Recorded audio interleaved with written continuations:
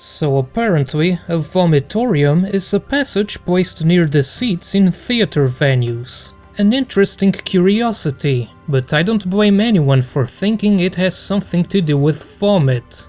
Unlike Vomitoreum, with an E. This is an upcoming game that recently went on Kickstarter with a short demo, and claims to be an FPS Metroidvania set in an interconnected and nightmarish world. It's being developed by a team led by Scumhead, who is certainly no stranger to the weird and bizarre. If you follow the classic Doom modding scene, you might be familiar with some of his previous work. First is Shrine and Shrine 2, which are total conversion mods featuring a bunch of new weapons and an art style inspired by good old H.P. Lovecraft. The second game was a team effort with Mango, who worked as the programmer and indeed is once again working with Scumhead on Vomitoreum. Second is Lycanthorn 1 and 2, which are strongly inspired by the classic Castlevania games on the NES. This includes sub-weapons that use hearts dropped from candles as their ammo, and an excellent soundtrack with nods to iconic Castlevania tunes. And while it's not primarily focused on the spooky side of things, it does have some unique enemy designs. So where do you go from there? Well, you form a team with other members of the community and try to reach new heights with an actual budget obtained from crowdfunding. And if its quick success is anything to go by, the developers are on the way there. The game tells the story of a world in which the titular Vomitoreum cursed the world with a fog that infects humans and transforms them into monsters. But a brave warrior stepped up to the challenge, and under the banner of UMAD, humanity fought back.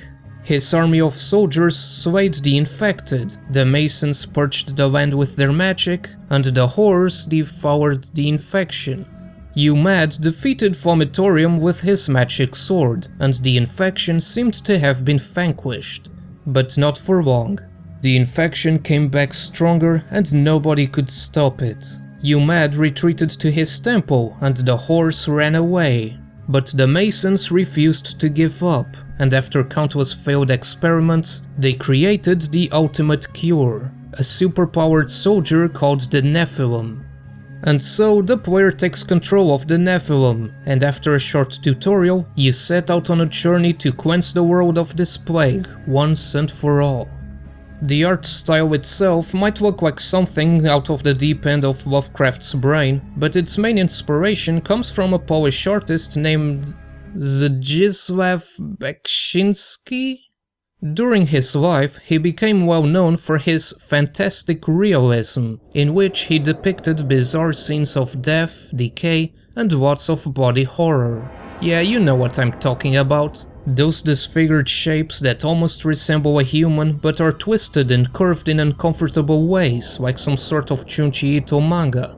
As you might have guessed, the game runs on the GZ Doom engine, which is a source port of the original Doom engine from the 90s. And whether it is by design or just a happy accident, the 2.5D graphics actually work great with the intended atmosphere because parts of the game world are always facing the player, with the faces constantly facing the player with their weird faces. The pixelated graphics serve the same purpose, because human brains are weird and sometimes make you stop and wonder if that texture is just some rocks or oh no wait, those are definitely faces. The soundtrack, if you can really call it a soundtrack, is also empty and spooky. It's mostly comprised of ambient noises like the wind or strange distorted voices of some sort.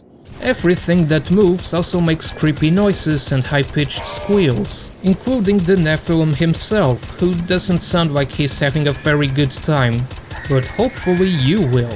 Vomitoreum's core mechanics shouldn't be a surprise. You run, jump and shoot.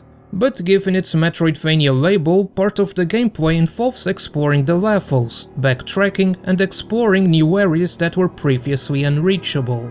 These areas are frequently interconnected with each other through various passages, but the first time you explore them you might not have the right tools to access the passages, nor the secret areas containing useful items and power-ups.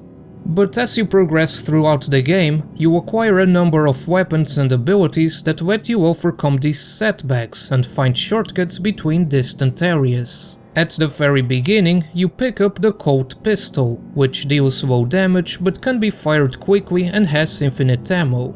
Well, all of the weapons in the demo have infinite ammo, so I guess that's not unique.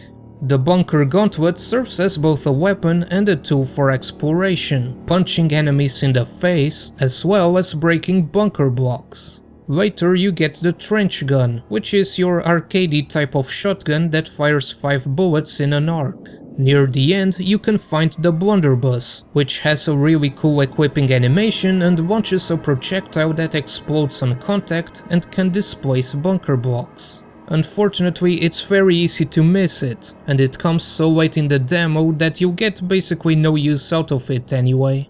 You also get the ability to perform a quick dash with the dash boots. Combined with the Bunker Gauntlet, it seems like it can serve as an attack too, but I couldn't get it to actually connect. There's also your standard double jump, and eventually you also acquire the ability to change into the fetal form, which squishes you up into a ball that lets you pass through tight spaces. Throughout the levels, you can also find rooms with cryptic Slav runes and a mason waiting in it, recharging your embryonic batteries, which can be consumed to restore 100 health. It also saves your game, but at least in this demo you can save freely at any time, so that doesn't really serve much purpose. Some other things are shown in the Kickstarter page, but I'm fairly sure they aren't available in the demo. Regardless, if some of this reminds you of Metroid, especially the Metroid Prime games, then congratulations, you're absolutely spot on. The Colt pistol functions pretty much like Samus's basic power beam. The fetal form is literally Morph Ball, and even the health system has its multiple sections maxing out at 99 instead of 100. What can I say? It's like Metroid Prime with COVID-19. If I had to point out anything else about the similarities, it's that the game promises minimalistic combat encounters and challenging but fair gameplay, which is much like the games it gets inspiration from, except kind of dull to be honest. Maybe it's just because it's a demo and you don't have much to play with, but the combat so far is pretty uninteresting. You'd think that the fast movement speed and the existence of dashing and double jumping would make it quite a rush, but it's really just hammering the fire button until the target dies.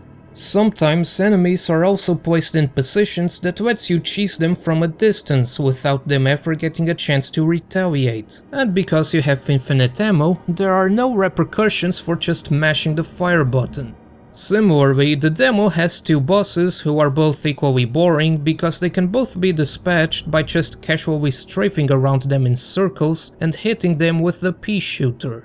I'd like to see bosses force the player to take advantage of their movement abilities, rather than just strafing around until they die. And on the subject of movement, it's a bit slippery as is usual for the Doom engine and its derivatives, but not really to any problematic degree except maybe with the dash. Maybe a little bit more of air control could also be nice.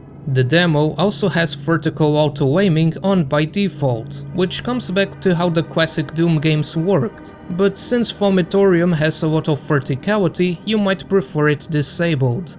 But either way, this is just a demo, and things will improve as development continues. But for now, don't hesitate to give it a try if you're interested and have some free time. It's between 30 and 40 minutes long, depending on how fast you go through it, so if you have the time to watch this video up to this point, you probably also have the time to give it a go. How it will develop, nobody aside from the development team knows, and Kickstarter projects don't always come out the way people would want them to. But Scumhead and his team have several years of experience in their belt, as well as several playable and completed projects out there in the wild.